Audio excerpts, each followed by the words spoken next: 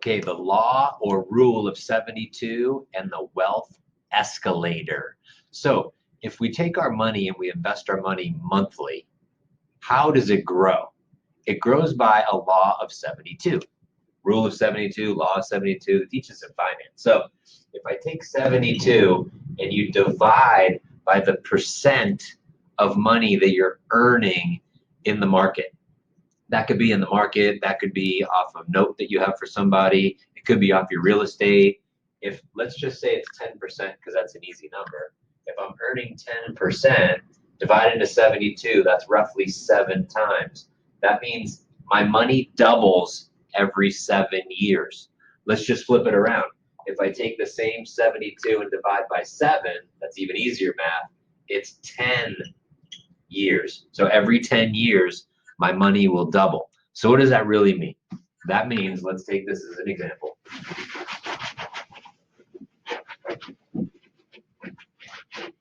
You save $500 a month. Let's just say $100 a month. So $100 a month over 12 months, you're gonna have $1,200. $1,200 in 10 years, that's easy math.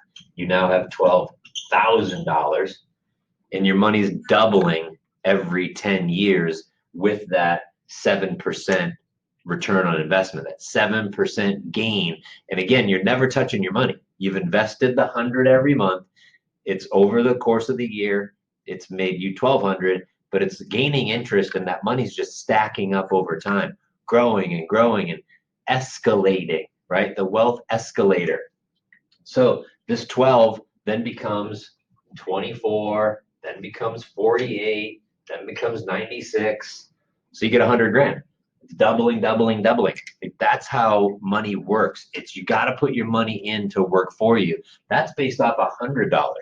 Now, let's say you, in my previous email, in previous videos, we've talked about the debt stacking, debt snowball, knocking out debt. As you wipe out the debt, this 100 then becomes 150, 200, 400, 500, 1,000. The more money you're putting in, I want big numbers to multiply. I need the money to make even more money. And $1 doubles to $2. That's not a lot. But 100,000 doubling to 200,000 is a lot. So they say that the best time to have planted a tree was 40 years ago. The next best time is today. Get started today. Get a handle on your finances. Start a budget every single month and watch your money. When you're tracking your expenses, when you're tracking your spending, when you're tracking your income, you're going to have a better grasp and control of it. And I'll tell you right now, the younger, the better. It's the high cost of waiting a very long time. If I get a hold of someone at 25 that gets a hold of their finances, they're gonna have a far bigger impact, because they're gonna just have more years that are gonna be able to double. If I talk to someone who's like me in their 40s, just getting into the savings mode, they can do it.